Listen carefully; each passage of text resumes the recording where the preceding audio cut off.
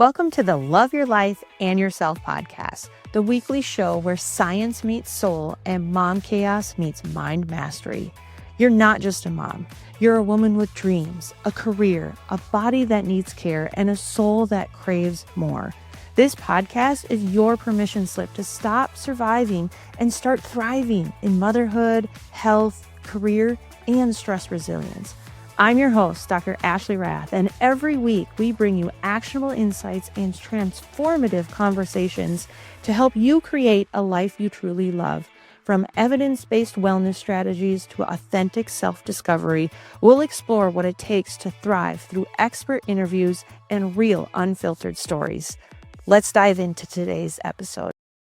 Today, I've got Emily Long with me. She's a fitness and mindset coach, creator of the Stronger framework, and founder of the Stronger with Purpose. She helps women both build physical and emotional strength that actually lasts. Welcome, Emily. Thank you so much. I'm so happy to be here. Yay. So we met through a mutual friend online. And so I would love to just hear your story. Like, where did you start? Where are you now? Tell me about who you are. Yeah. So I feel like, and you probably feel the same way, Ashley, that my story, I feel like the older I get, it's like, which road would you like to take? Like, there are just so many options. Also, I think when you're in the entrepreneurial world and we just have done a lot since we started, my husband and I, back when we were like in our 20s. So I'll give you the overview and then you tell me if anything sounds interesting and we want to dive in. But yeah, I mean, basically, I got married really young. My husband and I decided, within the first year of marriage to just go into business together, which, I was 21 when I got married. And, you can imagine like added a level of stress and, we just weren't equipped. We did not have the mindset tools or awareness. There's so much we didn't know that now, in hindsight, I wish I could go back and be like, if you only knew, but then maybe I wouldn't be where I am today. But we dove right in. We built that business. It became the largest group fitness and boot camp in our area and really was very successful. But underneath, we were suffering. We just did not have the capacity to hold boundaries, either with clients or with employees. We had a lot of challenges that popped up that we just weren't equipped for. And while we did muscle through, it was a really stressful period. And so after several years of that, we did end up deciding to sell that business and go online and, kind of skipping parts of the story. But we really felt like a lot of what we did was successful. And so I think we just went into moving online with this attitude of like, oh, it's going to take off, just like all the other things we've done have taken off, and it just didn't. And so you can imagine we had learned some things for sure. We had developed some personal growth along the way, but still, once we launched online, it was really challenging and our marriage suffered. At this point, we had our first son and it was just the whole gamut of mom guilt and work guilt and client guilt. And like, I constantly shoulding on myself. I should be doing this. I should be doing that. When I, was with my son, feeling guilty that I wasn't working. When I was working, feeling guilty that I wasn't with my son. And it just kind of spiraled from there. So, long story short, we just decided to do what most people do. And we started just white knuckling everything. We're like, well, maybe if I can just control it a little bit more, then I will feel better. And we were simultaneously on this personal growth journey. So we were definitely learning tools and things like that, but we were missing a few really key pieces. And that's really where the Stronger framework came out of because, kind of all culminated in one moment when I was in my kitchen and I'm a Christian and I was about to say, I'll be able to trust the Lord when. And it was like, I caught myself being like, oh my gosh, when? Like, I can't surrender. I can't release control until I have controlled the things that I wanted. And it was, again, regardless of anyone's belief or background, we all have a tendency to do that. There are things that we just simply cannot control. And it was the moment of realization that, wow, I am trying to control so many things I have no business of controlling. And that is why I'm stressed. And the next word that I heard in my heart was the word rest. And, I've been like I have worked 3 jobs since I was old enough to work. And I've just always worked 3 or 4 jobs, just nonstop morning till night. And so the word rest was like hilarious. Like, okay, yeah, I'll just, I'll just sit back. It's totally great. It's not like we need money or anything. And I ignored it for a while. And then, through many different things, eventually I started to understand that rest is not the absence of work.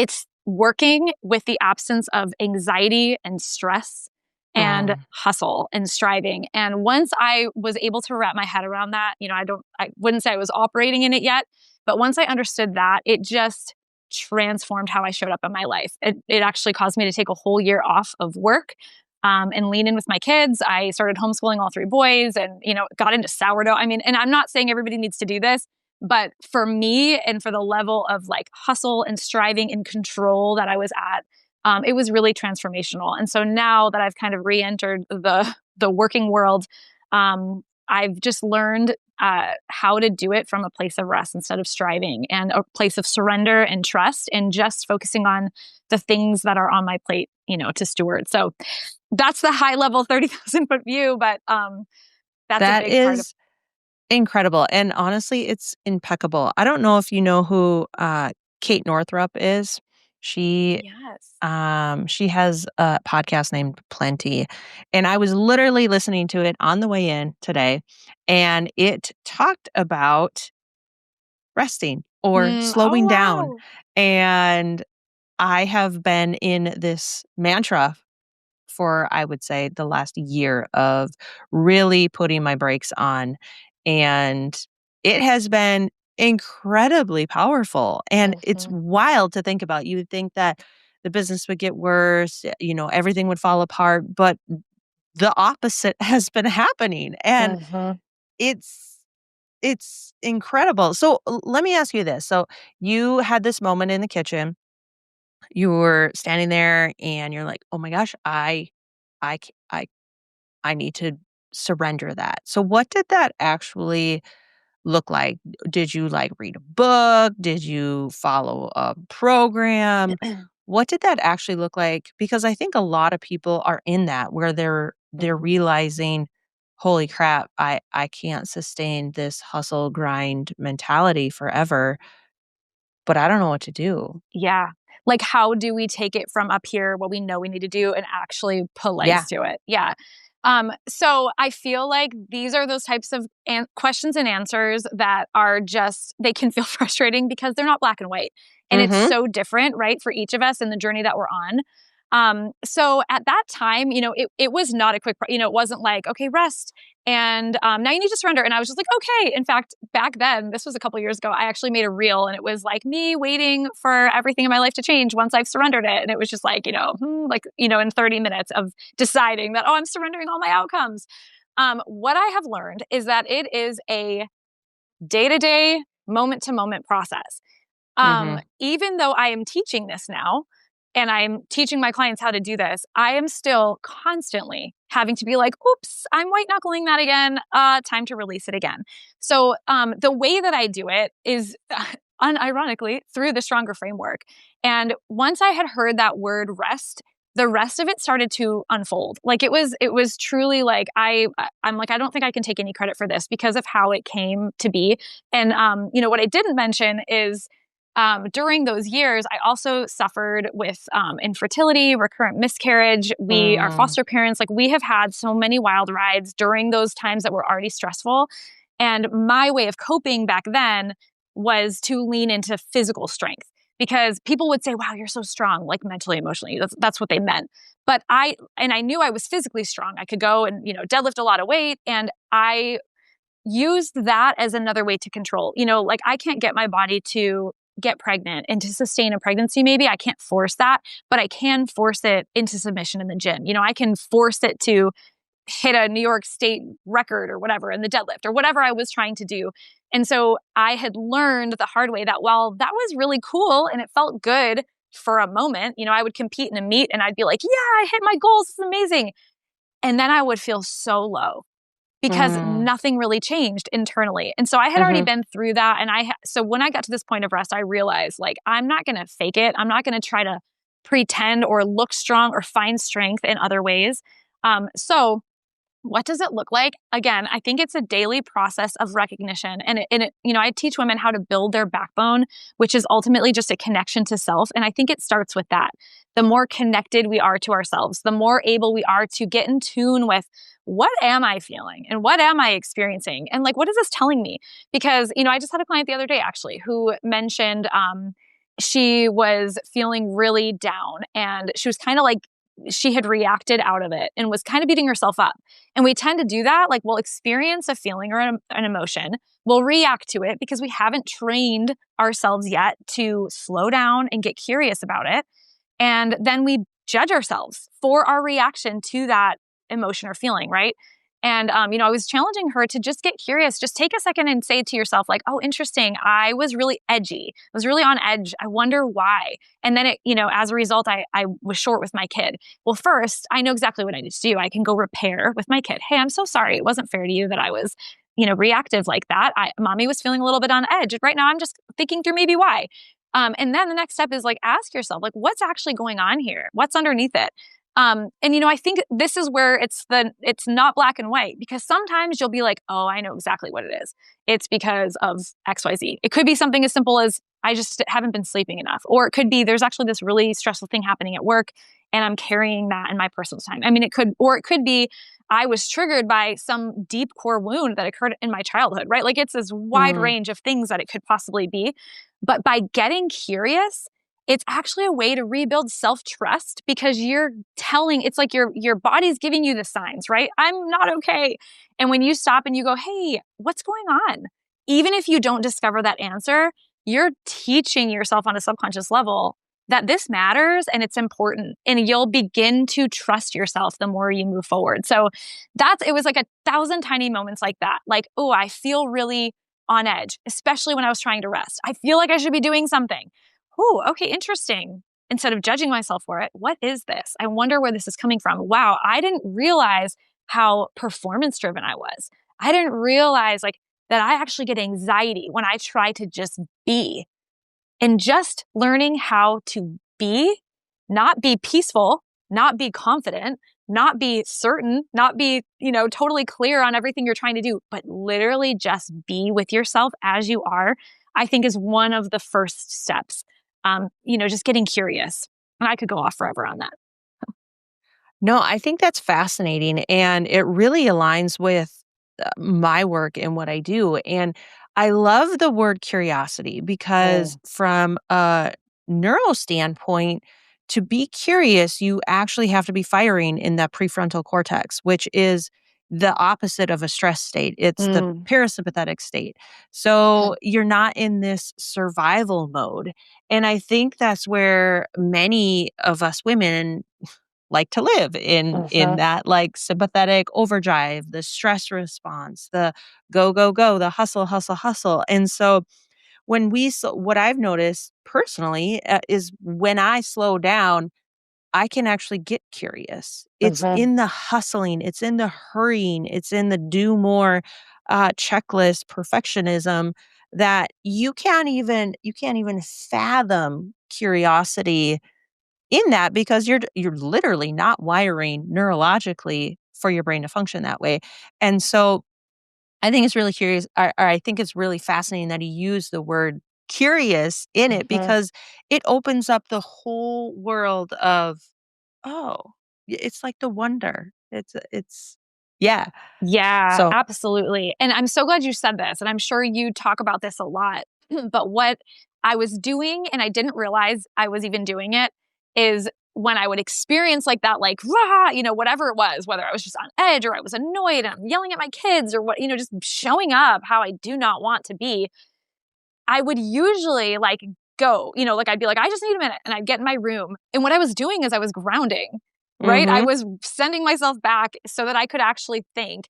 I didn't realize at the time that that's what I was doing, but I'm glad you pointed that out, because I think when you're in that moment, like you said, you just simply cannot get curious until you can take a second. And that, could look like so many things. It could look like getting outside for a second. Walks are life to me right now. Whatever that looks like, just going, sometimes, again, I homeschool my kids. I work from home. They're with me all the time. I have 3 boys. They're 3 boys and I need a lot of breaks. And I'm kind of like a introvert, I recharge alone. So I will often be like, I need 5 minutes so that I can be a good mom. And I will go into my room and I'll breathe. Sometimes I'll just lay there. But yes, that's so, so important to mention that don't judge yourself for not having been able to do that. You may have just not known how or had the tools to do that. So just give yourself a second to ground and then get curious. I think that's super powerful. And knowing that 5 minutes can do so much. Like we Mhm. don't need 60. I mean, sometimes we do need 60 minutes, Sure. but there's many times where we really just need that 5 minutes. Like I am very auditorily I would guess you could say sensory, where like in a big gathering or a social setting, I find myself, or even just like around people that I love, like my immediate family, if the Mhm. kids are just, they're not even fighting, they're just being loud for an extended period of time. I'm like, whew, okay, I gotta take 5 minutes because otherwise I'm gonna get real snappy with y'all. Mhm. Um, and I think that's super powerful to realize like, okay, I'm teaching myself while teaching my kids that the 5 minute break is okay. And if you need an alone time, or, some people are the opposite where they need to go socialize a little bit, Mhm. but that's okay. And that regulation of you taking 5 minutes is actually teaching your boys, hey, this is how we regulate. Sometimes we just need a break. And I think we use our kids as an excuse, but we can also use us regulating ourselves as a teachable moment as a parent too. Yeah. But I love that you saw that. Real quick, I'll just say, because I have done that where I'm like, if they would just not be like this, I would definitely be like, oh, I could be so much calmer if they weren't the way they were. mhm. But I've started referring to them as, not them, but like the situations as opportunities. Like, oh, here's an opportunity to really like grow in this way. Here's an opportunity to practice demonstrating self-control or whatever it is. That has helped me. I love that. I'm gonna start using that. I have 2 boys. I don't know if you can see on camera, but I Oh got a no. goose egg from one of them. Oh, This weekend we were sitting in the lake and, they were just, like, throwing rocks. They're younger, so yeah. this one particularly is only 5 at the moment, and he was chucking rocks in the lake, and I was sitting in a lawn chair just like, Oh, no. and it came out of his hand, and I'm not kidding you, I had a goose egg, like, an Oh inch my sticking out, and so gosh. when you talk about boys and the chaos, You I'm like, know it. "Yep, I Yeah. can totally relate." I just got smoked with a rock with a huge goose egg on my forehead Oh this my this gosh. weekend, but, taking that as an opportunity It's an to teach, opportunity. Yes.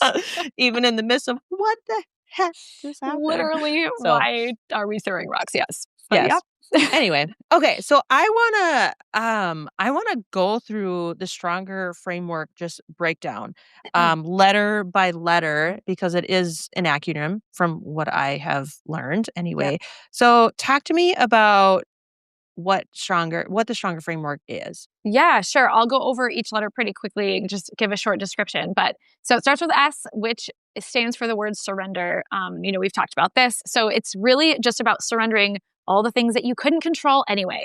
We would be amazed. I mean, from parenting to marriage to relationships to friendships to volunteer opportunities to work, all the things that we are trying to control that we can't, no matter what. And really, like when you really think about what can I actually control? It's like my thoughts, my words, and my actions. And of course, like you could deep dive into each of those, your thoughts, like you can work through your core wounds and all those things.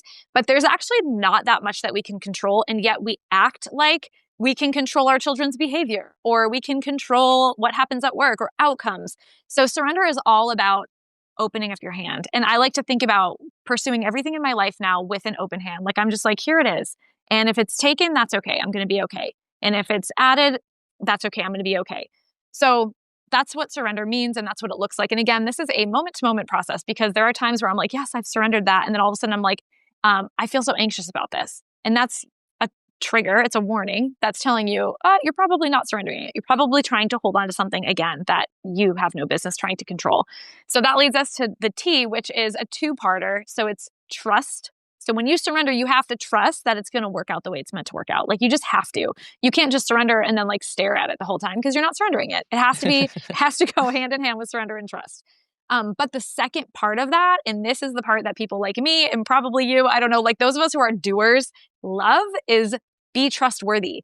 So the Mm, trustworthiness part is, okay, now that I've surrendered everything about this that I can't control, what about it can I control? Like, what about it is on my plate? And it may be just how I think about it, how I stew over it. It may just be the emotions I'm experiencing over it. It could be that, or it could be literally like, work. I can't control the outcomes. I can't make people sign up for my program, but I can show up and add a lot of value. I can create good content, right? Like you only focus on the things you can actually do and measure. So, it has to be black and white in this part.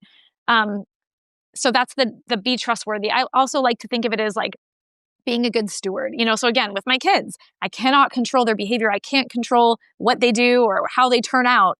But if I'm stewarding them well in this moment, I can take these moments as opportunities and be like, oh, there's some more discipling that needs to happen here. Or we've got like, oh, there's like a little heart issue going on. How can I coach him in this way? Those are the things that are on my plate to steward. So that's the T. And then that leads us to the R, which stands for rest. And what I love about, I'm like, how is this so perfect? Because you cannot rest until you have first surrendered and you're trusting and you're being trustworthy with what's on your plate. Because I think, especially coming from a faith background, there is like this misconception that like, I'm just surrendering it and I'm good. And we forget that there is also an action piece. And I think this happens in all areas. It doesn't have to just be a faith community where we're like, once I let it go, I'm just forgetting about it. And it's not the way. We let go of the parts we can't control, but we still take ownership of the things that are still in our hands. And then we can rest because then we're working from a place of intention, a place of clarity, a place of like doing only what we can actually do and not trying to control what we can't control. So the STR, I tell people all the time, like, if you stop, if that's all you ever take away, that'll change your life. Because the second you feel anxious, you're not able to work from rest. And you can say to yourself, what am I taking back? What am I worrying about? What am I thinking about that I cannot control? And then you separate that. Okay, I need to surrender that. And then what about it can I control? What can I do? And then it puts the power back in your hands of what you can actually do. And then you can actually rest. Then you can breathe. Then you can focus. And you mentioned that it amazed you how much your business is still doing so well, probably because you're focusing on the things that matter, right? And not on all the other little things that we get caught up in. So then that takes us to O, which stands for observant. And this is a two-parter as well. One, again, because I come from a faith background, it's very much like for me listening to the voice of God. So like I'm always listening to that, just that still small voice. And then the other part is being self-aware. So like observant as in willing to look in the mirror and see yourself rightly. And again, each one of these letters we could unpack for like 3 hours, but I'll give you the overview. For the O, the important part of being self-aware is it is more culturally acceptable to look at our faults and kind of like, self-deprecate a little bit. But the key here is it's not just looking at the areas of growth and the areas of need, but it's also seeing yourself rightly in that like, wow, this is a strength. Like this is actually something I'm really good at, and being able to own those things in an honest way. So it's actually humble. It's not arrogant. You're just able to recognize your strengths. And there's a verse in Romans 12, I think it's Romans 12:2 or 12:3, and it talks about like, look at yourself with a sober mind. And that means, it says, don't think of yourself as too highly, but look at yourself with a sober mind. And it literally means to look at yourself rightly, not too highly, but also not too lowly. And I think we tend to look at ourselves and we're like, I'm not good at this. I'm not good at that. And that's the cultural acceptable way to see yourself, right? It's actually like odd for someone to walk with strength and be like, yeah, actually, I'm really good at that. We can be like, oh, like she's so full of herself. No, she just knows who she is, right? We all have strengths. Absolutely. We all have weaknesses. So that's the key with O. And I think it's hard to do that until we do have that, like we talked about before, that connection to self and that strong backbone. So STRO. So that leads us to N, which stands for nourished. And this is nourished mind, body, and soul. So obviously your physical body, what are you fueling yourself with, is going to determine how you think, how you show up, how you feel, how you sleep. But also your mind. What are you nourishing your mind with? What are you numbing out with? What are you filling your head with? What podcast do you listen to? You should be listening to Dr. Ashley Rath's podcast. What, TV shows, all of those things, the people we hang around. And then spirit, like, what are you nourishing your spirit with? Like, are you taking the time to like call those negative thoughts to mind and force them to be accountable? Like we were talking about before, are you slowing down and going like, what does this mean? So that's all part of nourished. G stands for gratitude, or grateful. And, we all know what that means, but I will tell you that gratitude on the other side of the STRON is different. Because when you are experiencing gratitude after you have fully surrendered, you're in action over the things you can be in action. You're recognizing your strengths for what they are. You're noticing your weaknesses and you're working toward, it is so different than when you're just like, I'm trying to think of 3 things I'm thankful for today, which is a great start. but it's Mm-hmm. deeper. Mm-hmm. And then that leads us to the E, which stands for energized. So again, when you have done all of this and you've freed yourself of the burden of all the things you can't control, you'll just operate in life with energy. And then of course, as you're nourishing yourself with things that actually add value to your mind, body, and spirit. And then that ends with resolved or resilient. And that's just because we're going to mess it up and we're going to fall on our face and things are going to happen outside of ourselves that are going to cause us to trip up.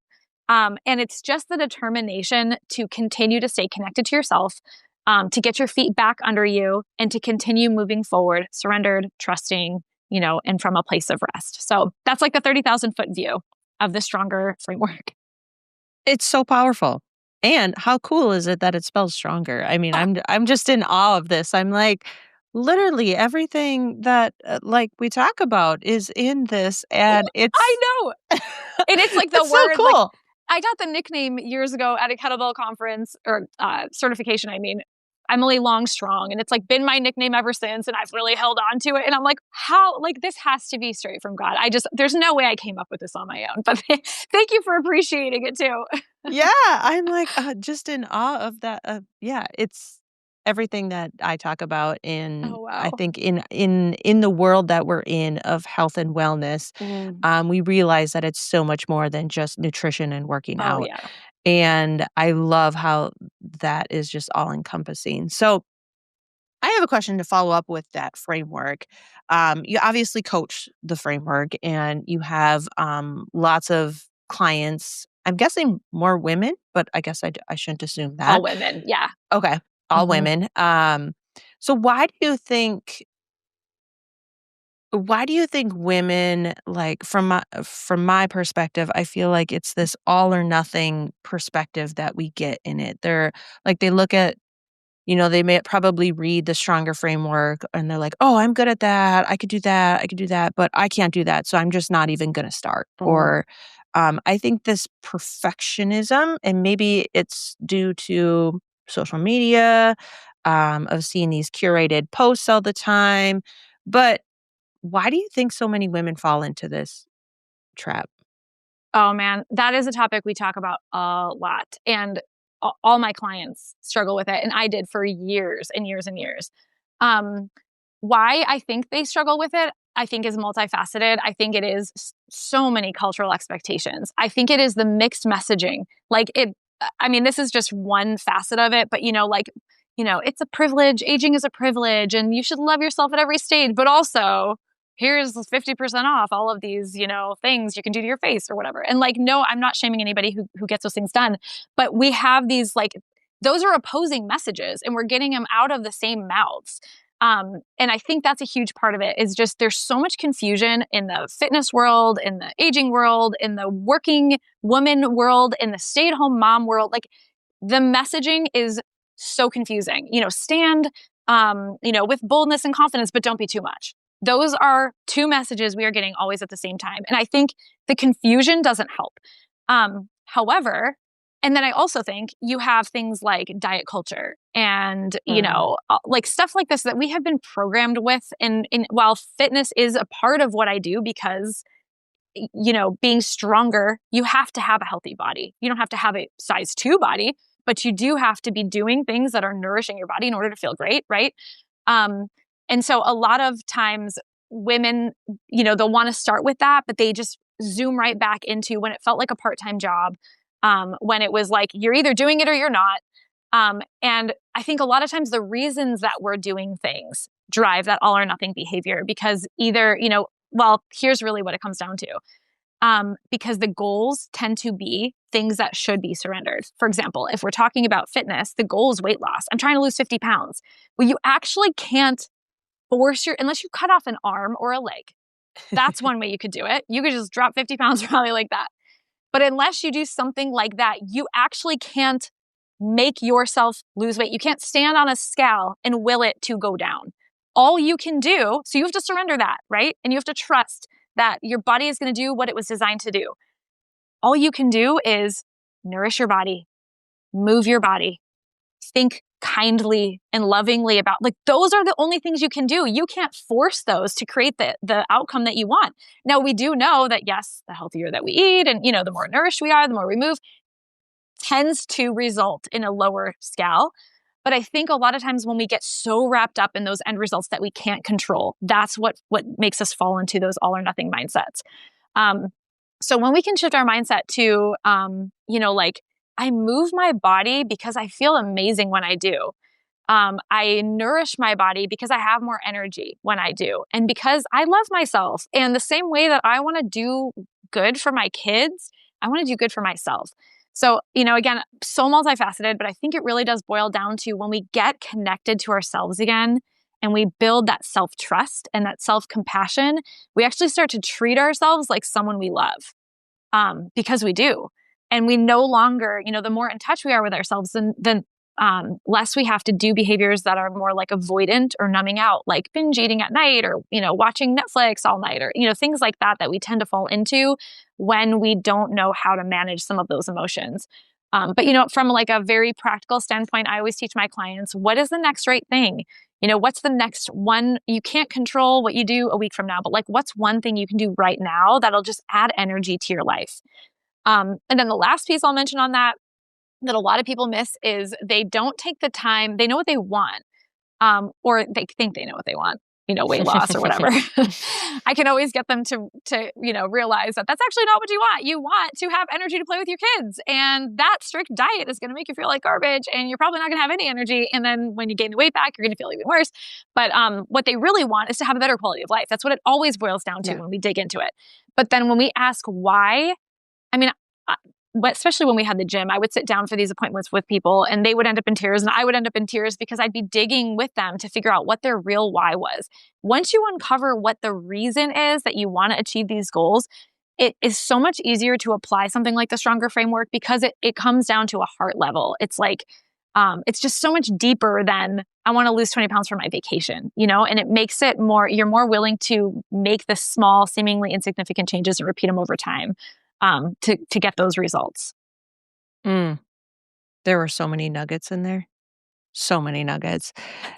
When I look at, okay, so that's kind of all or nothing mentality. And then to me, one of the challenging things from a health and wellness standpoint is the consistency factor. So what do you feel like is the mindset that actually starts to get people to stay consistent? Or is it that why? Is it the reminder of, well, this is my deeper why? I do. I think it's the why, and I think it's the connection to self. And that's the biggest thing I've noticed with the clients that I work with. And like, if you've ever worked with somebody who's experienced trauma of some sort, and I'm not even necessarily talking about capital T trauma, like it could be, any level of like traumas that have happened from their childhood or whatever. When you are working with somebody like that, what are you focusing on? Like the most basic things, right? Are you sleeping? Yeah. Are you fueling your body? Like, are you drinking enough water? Like it's the very foundational basic things. And I think when somebody's going through something traumatic or even just like really, really upsetting, it kind of like filters away all of that extra stuff that we tend to get caught up in our day-to-day lives. And it brings you back to the most foundational things. And it also like, it can shake people so much to their core and make them doubt and question who they are, that they have to kind of start at the beginning to rebuild that connection to self. And I say that to say that, how do we walk with someone through that? Well, you start by getting curious about what you're experiencing. You start by rebuilding trust by saying, hey, self, like, it's okay that you're not okay today. What are we feeling? What's underneath this? I feel sad. Well, what else could that mean? Or what is that coming from? Where do I feel this in my body? It's literally just, it's almost like this coming home. And while I would never wish trauma or anything like that on anybody, it does create, here's that word again, a unique opportunity to get connected to yourself in a way that, because you almost have to for survival, but in a way that if everything's just okay, we don't often have to do. And so that's sort of like what I'm trying to walk my clients through, whether they're in that state or not, is like, how do we go back? Yes, I know things are like okay and they're fine, but if you don't feel a level of confidence, if you don't feel a level of clarity and certainty in your life, like then there's a disconnection with you knowing who you are and like having love and respect for that person. And I think when we break it all down and we get back to that, there's just this like new drive, because rather than going and beating yourself up at the gym because you have to have a six pack, you're moving your body from a place of self-love and nourishment. So I think the why, and I think connection to self at a very core, like heart level, is key for that. Mm, that's powerful. Mm. I think the why, and I do the same thing with my clients. We dig deep, and we're both crying, and we always have a tissue box in the Yeah. office. And I think you're absolutely right. Like, don't we all just want to like be able to hang out with our kids and feel energized Mhm. and not fatigued, and have this vital like light shining Yeah. through us? And um yeah, I love it. So, let me ask you this, like, what's your rookie mistake that, you had to keep learning before you learned it, when it came to, maybe it was in business, maybe it was in health and wellness, but what do you feel like, or maybe that was the story you told at the beginning of, white knuckling, it, but what do you feel like was something that maybe took 1 or 2 lessons to learn and not just the first time? Um, you know, I'm hesitating only because there's so many. There's so many. I was like, which one does your audience need to hear most? I mean, all or nothing is when I learned. Mm, I mean, from when I was a kid, like I really was like, if I can't do it all, I wouldn't do it at all. I do think you know what I will say? I will say probably the lesson, I don't know that I would even call it a rookie mistake, but I do think that we all have to go through this. And this is something I wish I was aware of before I went through it. I learned it after. Is something called the pride cycle. And it's just like, and this actually goes back to the and stronger. Because if I had the tools to look at myself rightly during different seasons, I probably could have seen this. Like now I hope and pray that I would notice this moving forward and have like a humbleness to actually be like, oh, I'm sensing this in myself. But it's kind of like, when you get to like the peak and you're like, oh, I'm crushing it and I'm living my life. And you're not like, I don't think I was arrogant, or I wasn't trying to be. I wasn't like trying to think of myself as higher than anyone else, but I really was like, yeah, we got this. This is great. And the pride cycle is when you're forced to have to like, kind of sink back down to the bottom of the barrel, and then you rebuild on the other side. But you do it with a level. I mean, I guess we have a choice. We can either dig our heels in and do it with more arrogance and then end up cycling through it again and again, or you can trudge through the mud slowly and learn the hard lessons and allow yourself to be broken down and humbled and rebuild slowly and intentionally. And that is definitely a journey that my husband and I have walked. And I would say, while it was the most painful season of our life because, things were tough financially. And, like I said, we had the fertility struggles going on. I mean, there's just so much going on, so much stress. It also like created a level of softness and empathy in us that we would not have achieved otherwise. So I'm not sure if that answers your question, but that's probably the most powerful lesson that we've walked through, is just like I'll never, I don't want to feel like I'm always waiting for the other shoe to drop. So we're not going to do that either. But I'm never going to just assume that everything's going to be great forever. Like I'm always going to just live in gratitude for what we have, and just carry it with an open hand and know that we're going to be okay. And again, that goes back to being connected to self, because I think without that, your external circumstances dictate how you feel. So I really think that largely came through having to walk through the painful pride cycle of life. mm, mhm. If you don't mind, and we can totally edit this out if you don't want to talk about it, but uh, I would love to hear your story about infertility. And you ended up having babies of your own, not? Yeah, and just so you know, I'm an open book. There's like Okay. very few, like maybe if I accidentally like tooted or something, I'd have you edit that. I don't know. Actually, maybe I'd be like, you know what, everybody does it. Keep it in. But no, I am totally fine talking about it. So yeah, I'll just share the overview. You let me know if you've got specific questions. But we had our first son. My oldest son is our biological child. He is going to be 14, and no issues. Got pregnant quickly, like super easy pregnancy. And then there were some complications at the end, where like he was sensitized, like my blood crossed over in his and it was attacking him. He ended up needing a double exchange blood transfusion right after he was born. But after that was over, he was totally fine and healthy, which was great. And so about a year and a half later, we started trying again. And that's just kind of when, I got pregnant very quickly, but I ended up unfortunately having 6 miscarriages. Oh my Yes. word. And I'm it was so sorry. heartbreaking. Thank you. Yeah. And I talk about this because there are so many women I have Mm-hmm. learned. And at the time that this was happening to me, no one was talking about it. And when I would share it, like in church groups or whatever, I would be met with, well, like maybe it's because you're too thin, or maybe you work out too much, or, and it was literally like, I already am blaming myself. I already feel like this is my fault. And then people would tell me things like that. And it was heartbreaking. It was heartbreaking. Mm. And so I stopped talking about it for a while. And then, actually it was, I think it was the fourth miscarriage. And I was out of town on a business trip and ended up in the emergency room there. And, on the flight home, I'm just crying.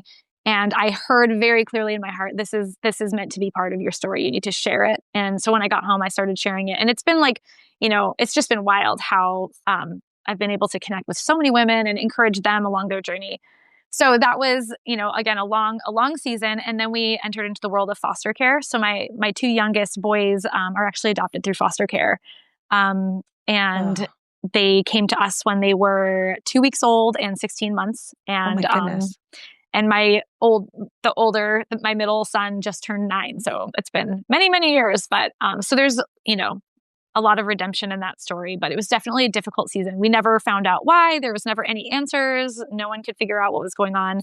And so, I like to talk about that as like, there are just unanswered prayers in our life. And I can't tell you why, aside from, when we choose to look for meaning in it. I don't think that God caused those things to happen, but I do think that he can use those things. And in my life, I will tell you that the most of the empathy and the compassion that I have has come through that journey, because I would be in the checkout line at the grocery store with tears like silently streaming down my cheeks and like literally in the middle, of a miscarriage, and no one could tell.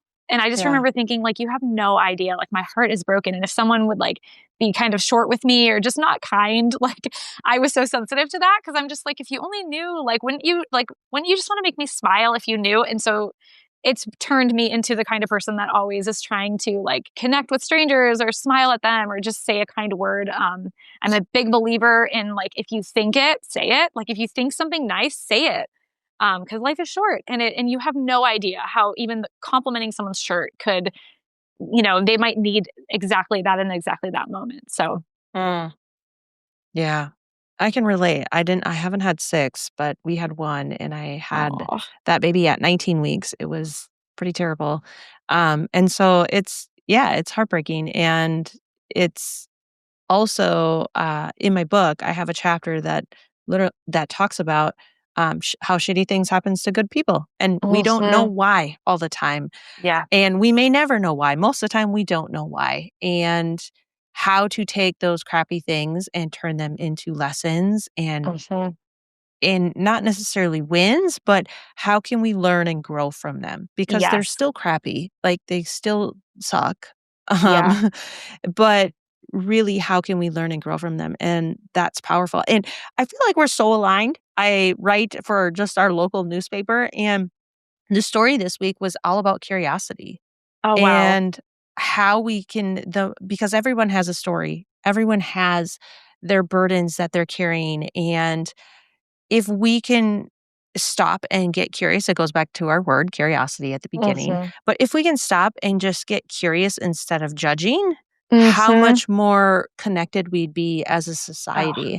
Regardless of what your beliefs or morals or religions or political views are, mhm. I think the majority of the people, we want the same things. We Yeah. want happiness, we want joy, we want love, we want wellness and health. And so we may not get there the same way, which is okay, but everyone's story is different. So we shouldn't get there the same way. Yeah. And I think that's super powerful. And when we share the stories and vulnerability, like you just have, I think that connection is instantaneous, because you realize, wow, she's not she's not perfect. We're not perfect. I'm not perfect. Like, we all have our imperfections, which makes us this beautiful, connected community.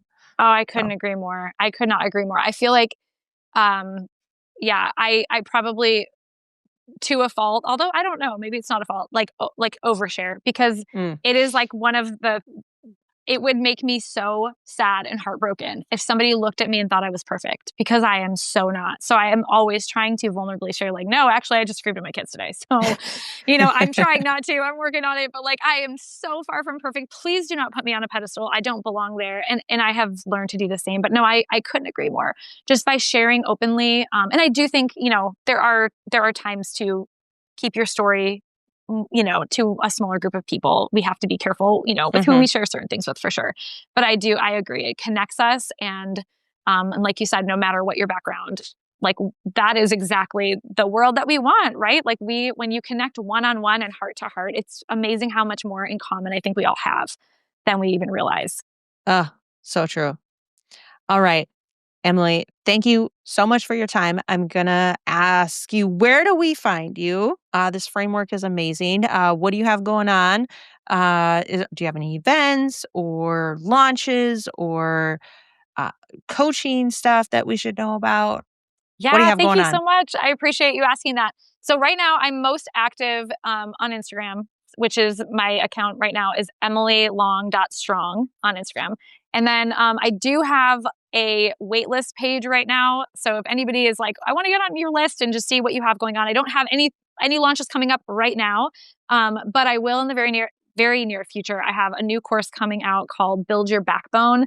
And it's literally all about this. It's like about getting connected again with yourself and walking through the stronger framework on a very like core level. But you could just go to strongerwithpurpose.life and you'll be able to just add your name to the waitlist there. And you'll get all that info. But yeah, I would love to connect. Love it. And to end the Love Your Life and Yourself podcast, what is one piece of advice or two that you would give our listeners to love their lives and themselves more fully? I would say I'm just going to go ahead and summarize what we've already talked about, Ashley, and that you can love yourself by slowing down, getting connected with yourself, and being curious instead of judgmental. In fact, the word that I use with my kids, because I love these little catchy phrases, because if I can just recall this in my head when I'm angry, it'll slow me down and help me get grounded. But I love the phrase curious, not furious. Mm, And I think we can get that with ourselves, right? Like if you do something, you're like, oh, you're so stupid. Why would you do that? Oh, stop yourself and go, hold on a second. Curious, not furious. Why did I react that way? Why did I say those words? Why did I condescend my child? We've all been there. And then slow it down. And then, and this goes back to the all or nothing thing, then ask yourself, what's the next right thing? So let me surrender what I can't control, trust that everything's going to work out the way it's supposed to. And now what's in my hand to steward? What's the next right thing to do? Maybe it's repair whatever, the rupture with your child. If you yelled at them, maybe it's repair with yourself, whatever that looks like. But that's my advice is connect and be curious. furious, not curious. I mean, curious, not furious. Yeah.